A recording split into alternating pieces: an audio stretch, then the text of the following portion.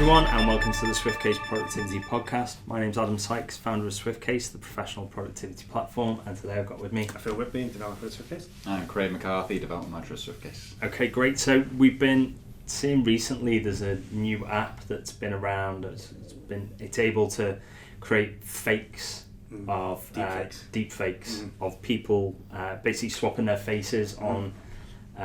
Using it, whether it's to swap their face with celebrities, to get celebrities to look like they're doing certain things that they have never done, and then people are using these to effectively put out messages or counter messages, if you like, against people, and really I suppose we wanted to discuss sort of the idea of fake news, post-truth era, and how social media plays its part in that.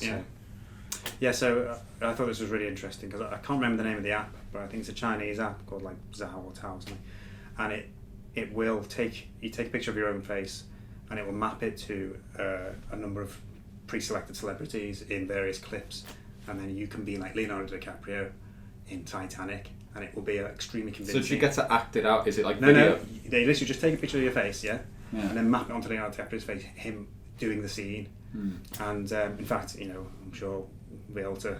I think I've seen this. Yeah. I think I've seen like politicians in famous films, things like that. A good one recently was Jim Carrey doing Jack Nicholson in The Shining, but this first came to sort of light, and there was a problem with pornography deepfakes as well, where famous actresses were having their faces put on. And that was an issue a year or so ago.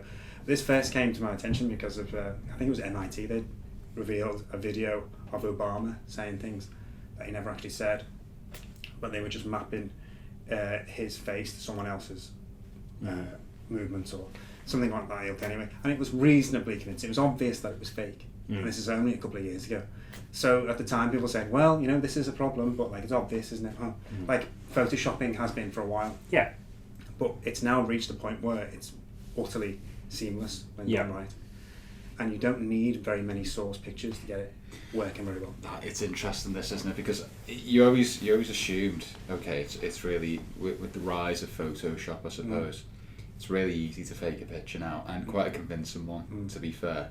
Like there's whole archives, isn't it, of like, here's the real picture, here's a fake one, great examples. But you've always assumed video. It's a lot harder to fake, isn't it? Unless it's the moon landing, of course. Which is incredibly easy.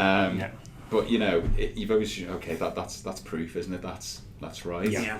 But if it's becoming really easy now to fake something like that. So this is only the visuals though, isn't it? So they haven't managed to use the voice. I suppose actually I've not thought about that. So they can make you look as if you're doing something, but at the moment you can't. Like Obama's voice wasn't coming out of Obama's mouth saying words that he never said. It might have been, I think maybe voice synthesis is actually much easier than really? Yeah, but regardless though, anyway, if you wanted a convincing fake, I suppose, rather than finding someone that looks exactly like Obama and sounds exactly like him, all you need to do is find someone that can do a great impression of him. Even if they don't look anything like him. So and if he wanted to just do something illegal, then he doesn't have to speak at all, does he? No, that's crazy. That's the thing. But and so it is worrying from that point of view, because you think, oh right, well, we can't really trust any supposed evidence of misgiving or like illegal activity. So, politicians and corrupt politicians specifically will have free rein to do what they want. But my thought was, well, actually, isn't that happening anyway? Isn't there a situation or a sort of cultural milieu where corrupt politicians like Trump and others as part of his administration are genuinely acting brazenly and illegally in so many ways, even with evidence, and still getting away with it? So actually, the need to fake Donald Trump breaking the law is not necessary. He's done it multiple times. He's done loads of things that would easily lead to impeachment in any other decade, yet it's not happening.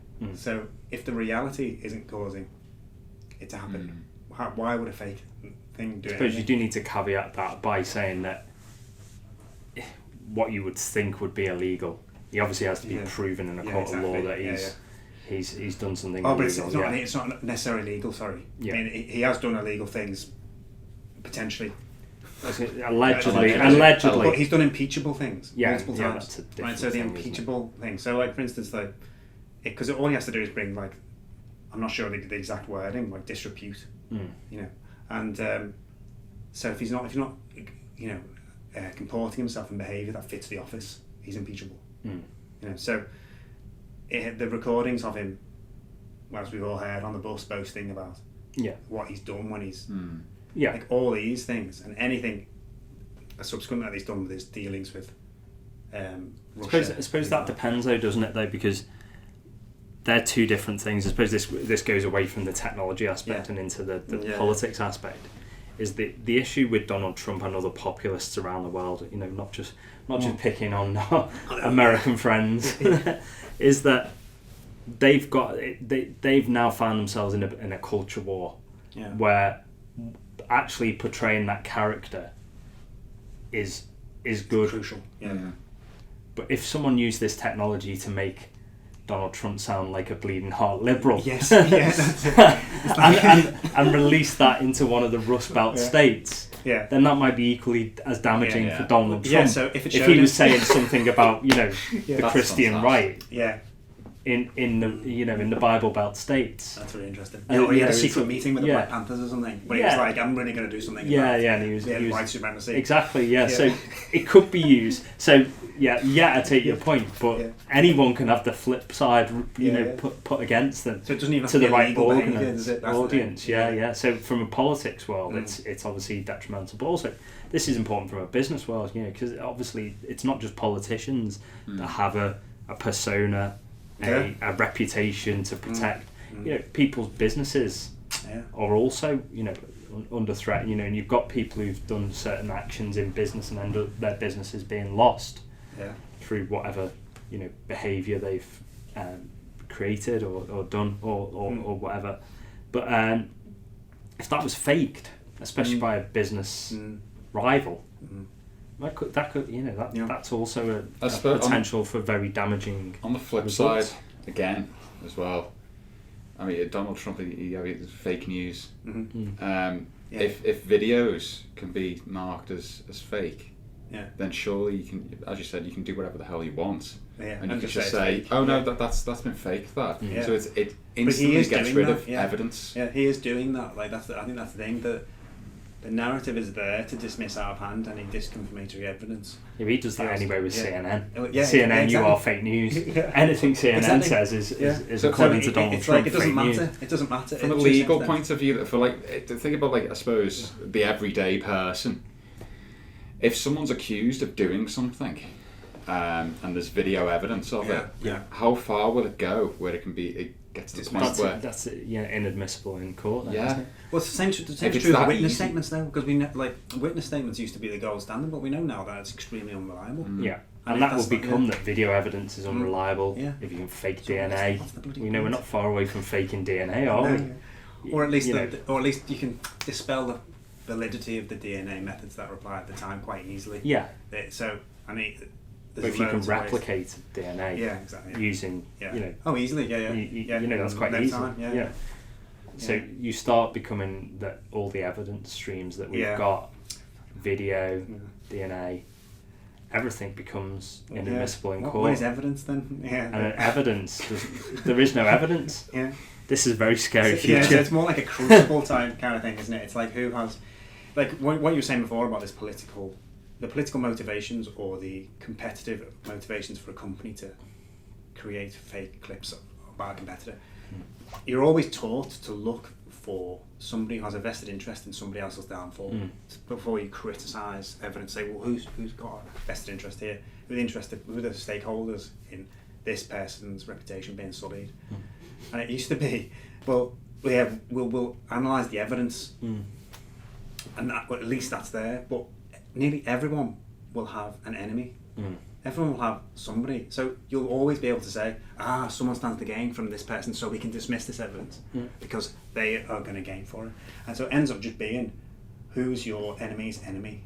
And how, like, your relationships are all defined by negativity. It's like, isn't it? You know, and the person that gets into power is just the one who's just got enough leverage for whatever reason. got nothing to do with reality. Yeah. It's all about incidental power. Yeah, because we were thinking of a future podcast. We may do one about how much data that Google knows about you. God, yeah. Well, like, they effectively have evidence about wherever your movements are. Oh, yeah.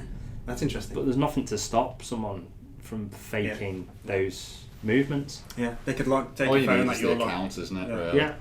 But if you could have a device that... I've got multiple devices that I'm logged into. Yeah. I've got iPads for my son, daughter.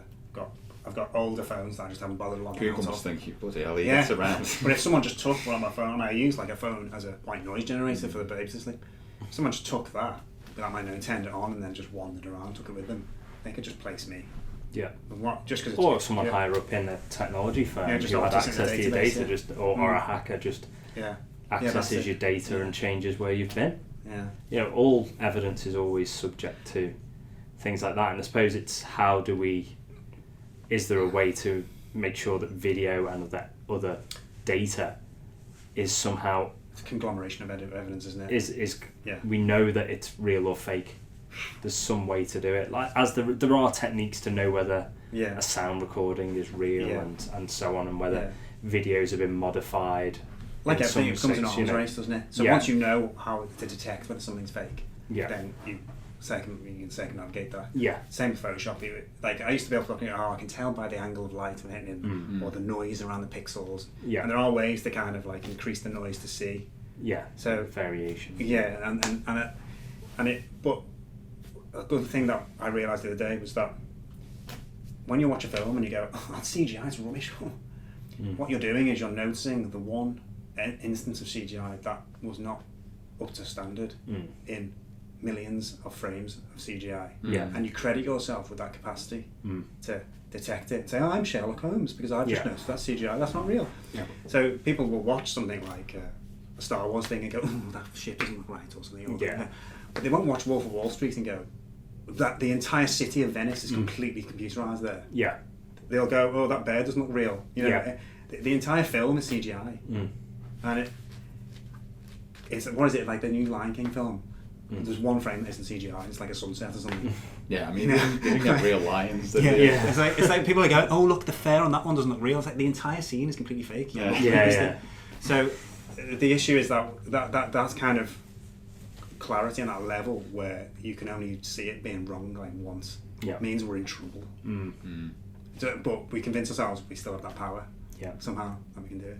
And it's all a very scary prospect.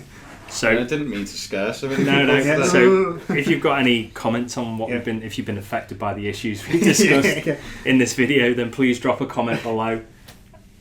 And I can confirm that none of us are actually Leonardo DiCaprio with a deep faked face on. So if you want to see the real us, we're here, and we're also on swiftcase.co.uk and at SwiftCase UK on social media. Yeah, please subscribe to see more of these videos. Okay, thanks for listening to the SwiftCase Productivity Podcast, and we'll see you again next time.